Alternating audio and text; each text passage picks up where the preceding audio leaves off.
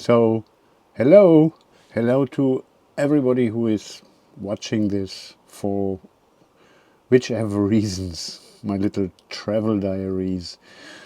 We are Today we are writing the 31st of December 2022, so it's the last day of the year, and I finally have some time to catch up with a few tiny little video projects that I wanted to make, because mid of December a larger travel started again.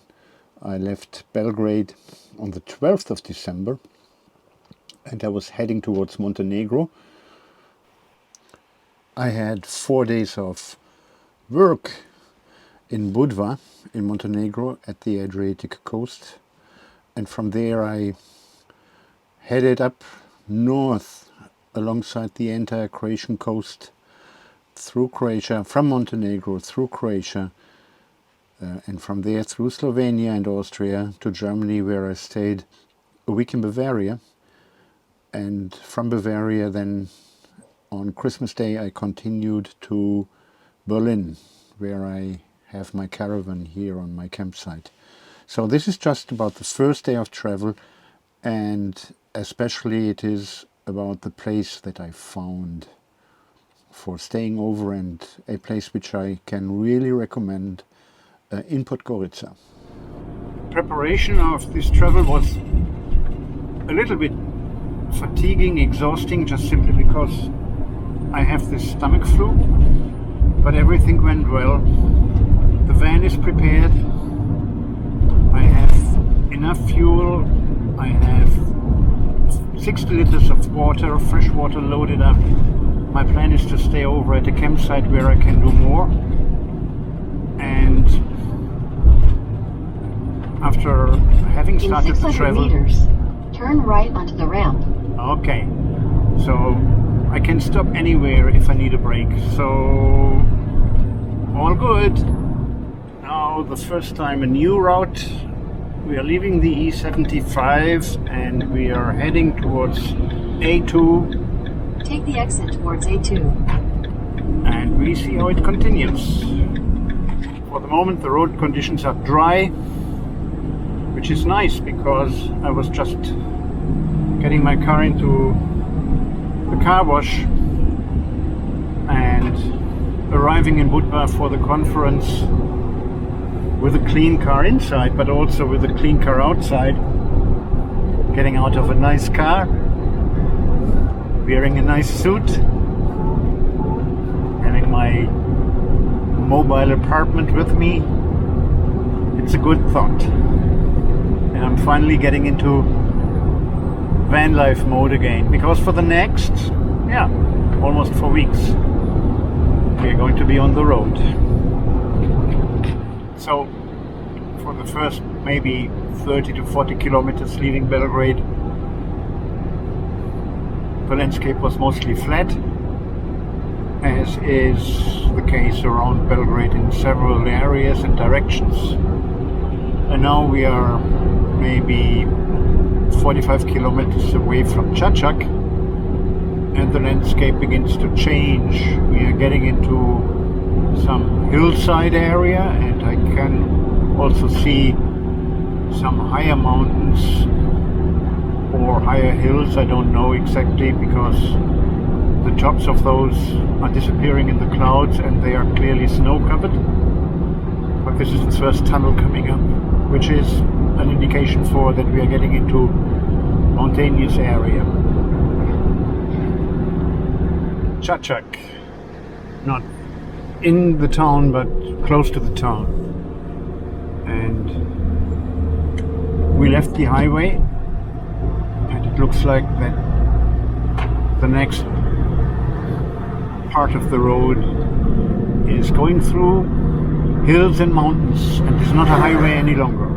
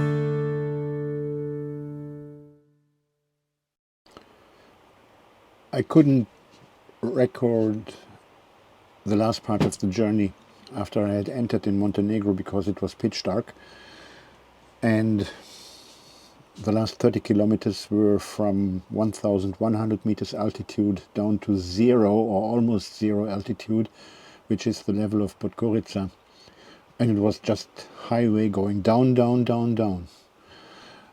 In the outskirts of Podgorica, you will find it also on Park 4 Night.